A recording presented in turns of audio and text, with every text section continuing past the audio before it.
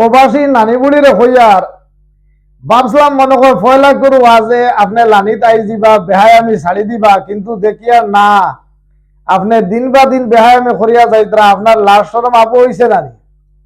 চুলুল ফাঁকিয়া বুড়া হয়ে গেছে, চুলুল ফাঁকি গেছে, বুড়া লেথর হয়ে গেছে, এক পাও কবরিস্তানও গেছে গিয়ে এক পাও উপরে রয়েছে।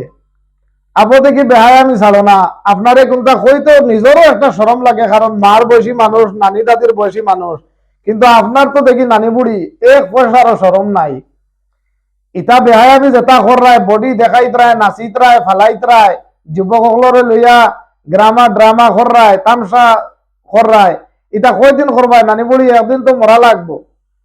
আর মরা হওয়ার বাদে এক সেকেন্ড তো আপনারা টাইম দিত না, কারণ আল্লাহ তাআলা কইছেন নানি বুড়ি ওতার লাগে আপনারে হুনাইয়ার, কারণ আপনি তো আখের তো মুসলমান।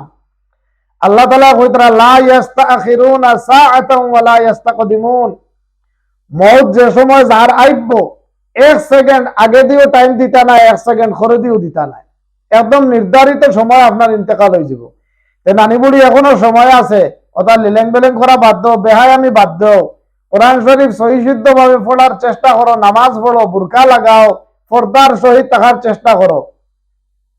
আর কোরআন শরীফ পড়া যদি জানো না, তেখের কাছে যে কোনো লাইনে শিকার চেষ্টা করো। এটা কি জাতো কোরআন শরীফ পড়া?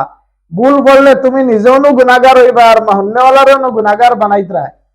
কিয়ামতের দিন জাহান্নামের লঙ্গল ফাওয়ার মধ্যে বেড়ি দিয়া বান দিয়া উল্টাইয়া শেষরিয়া লেমটা করিয়ে নিয়ে জাহান্নামে ফলাইবা। এটা বুঝাও না নি? জাহান্নামরে ডরাও না নি? এর লাগি প্রবাসী নানি বুড়ির কাছে আবার আপত্তি করিয়ার আল্লাহরে ডরাও, আল্লাহরে ডরাইয়া জাহান্নামের ভয় ভিতরে হারাও, মৌতের কথা বেশ বেশ করে ইয়াদ করো, ইনশাআল্লাহ বেহায় আমি ছাড়ি দিবাই। আল্লাহ নবী সাল্লাল্লাহু আলাইহি সাল্লামে ফরমায় আকসিরু যিকরা হাযিমিল লাযাতিল মাউত।